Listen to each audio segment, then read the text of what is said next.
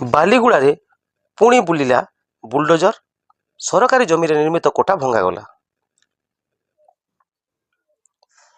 କନ୍ଧମାଳ ଜିଲ୍ଲା ବାଲିଗୁଡ଼ା ଏନ୍ଏସ୍ସି ଅଞ୍ଚଳରେ ଥିବା ସରକାରୀ ଜମିରେ ସରକାରୀ କର୍ମଚାରୀ ଓ ପ୍ରଭାବଶାଳୀ ବ୍ୟକ୍ତି ଜବରଦଖଲ କରି ବଡ଼ ବଡ଼ ଅଟ୍ଟାଳିକା ନିର୍ମାଣ କରିଥିବା ବେଳେ କିଛି ଜମି ମାଫିଆ ଏକର ଏକର ଜମି ଦଖଲ କରି ଚଢ଼ା ଦରରେ ବିକ୍ରି କରି ଲାଭବାନ ହେଉଥିବା ନେଇ ଖବର ପାଇବା ପରେ ଗୁରୁତ୍ୱର ସହ ନେଇଛି ପ୍ରଶାସନ। ବାଲିଗୁଡ଼ା ତହସିଲଦାର ଜବରଦଖଲ ଉଚ୍ଛେଦ ପ୍ରକ୍ରିୟା ଆରମ୍ଭ କରିଛନ୍ତି। ବାଲିଗୁଡ଼ା ନୂଆସାହି ଭାର୍ଡିପଦାରେ ବେଆଇନ ଭାବେ ନିର୍ମିତ କୋଠାକୁ ବୁଲଡୋଜର ଲଗାଇ ଭାଙ୍ଗି ଦିଆଯାଇଛି। ବାଲିଗୁଡ଼ା ତହସିଲଦାର ଦୀପ୍ତି ପ୍ରକାଶ ବେହେରା ସଶସ୍ତ୍ର ପୋଲିସ ଫୋର୍ସ ସହିତ ଭାର୍ଡିପଦାରେ ପହଞ୍ଚି ଉଚ୍ଛେଦ ଆରମ୍ଭ କରିଛନ୍ତି। ବର୍ତ୍ତମାନ ସୁଦ୍ଧା ବାଲିଗୁଡ଼ାରେ ବେଆଇନ ଭାବରେ ଘର କରିଥିବା 27ଟି ଘରକୁ ଭଙ୍ଗାଯାଇଛି ଏବଂ ନୂଆସାହି ଅଞ୍ଚଳରେ ସରକାରୀ ଜମି ଜବରଦଖଲ କରିଥିବା ଲୋକଙ୍କୁ ନୋଟିସ୍ ଦିଆଯାଇଛି।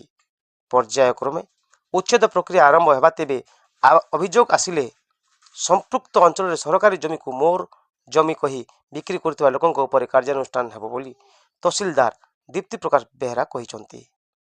କନ୍ଧମାଳ ଜିଲ୍ଲା ବାଲିଗୁଡ଼ାରୁ ପ୍ରମୋଦ କୁମାର ଦନସେନାଙ୍କ ରିପୋର୍ଟ, लोकआवाज.in।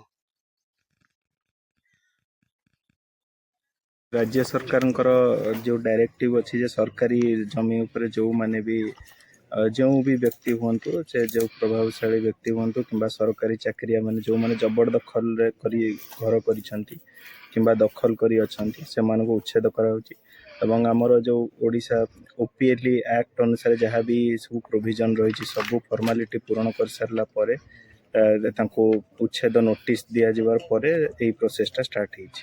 तो हमर एविक्शन एक्टिविटी स्टार्ट हेछि, एटा हम प्रथम ये चलछि। तब नेक्स्ट टाइम देखिकी टाइम अनुसार हमर प्लान भी आगु को रही।